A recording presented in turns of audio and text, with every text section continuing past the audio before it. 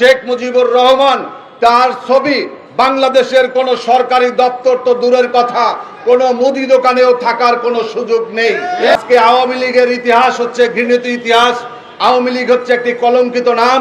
আওয়ামী লীগ হচ্ছে একটি অভিশপ্ত রাজনৈতিক দলের নাম, যার কারণে এই দলের প্রতিষ্ঠাতা হিসাবে শেখ মুজিবুর রহমান তার ছবি বাংলাদেশের কোন সরকারি দপ্তর তো দূরের কথা, কোন মুদি দোকানেও থাকার কোনো সুযোগ নেই। শেখ হাসিনা তার বাপকে এদেশের জনগণের বাপ বানানোর জন্য প্রত্যেকটা অফিসে তারা ছবি লটকিয়েছে।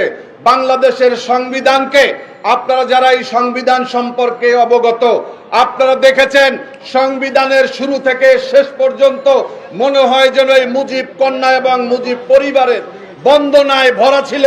এটা একটা দেশের সংবিধান হতে পারে না, এটা একটা দলীয় সংবিধানও হতে পারে না।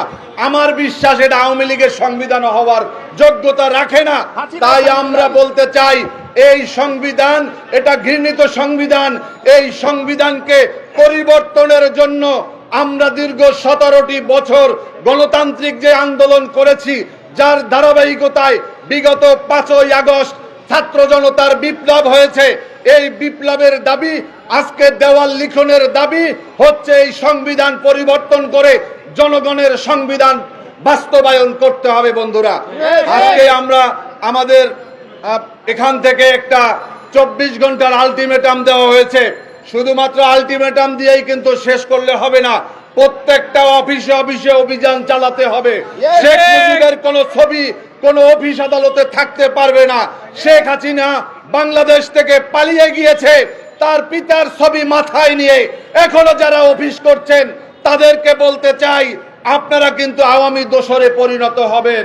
সংগ্রামী বন্ধুরা আমার, আমি আর একটি কথা বলে শেষ করব।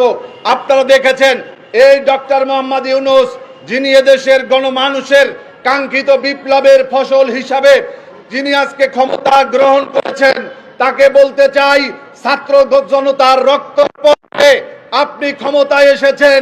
ক্ষমতায় আসার পরে আপনি আপনার বন্ধু বান্ধবী ক্লাস ফ্রেন্ড আপনার এনজিও কর্মকর্তাদেরকে যেভাবে আপনারা পুনর্বাসন করেছেন, তাতে এটাকে বলা যায় এটা একটা এনজিও গ্রামে পরিণত হয়েছে।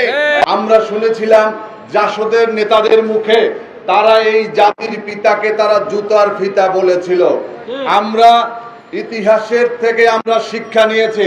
আপনারা জানেন যে ইতিহাস বলে বাংলাদেশের স্বাধীন বাংলাদেশের সর্বপ্রথম গুম হয়েছিল কমরেড সিরাজ শিকদার।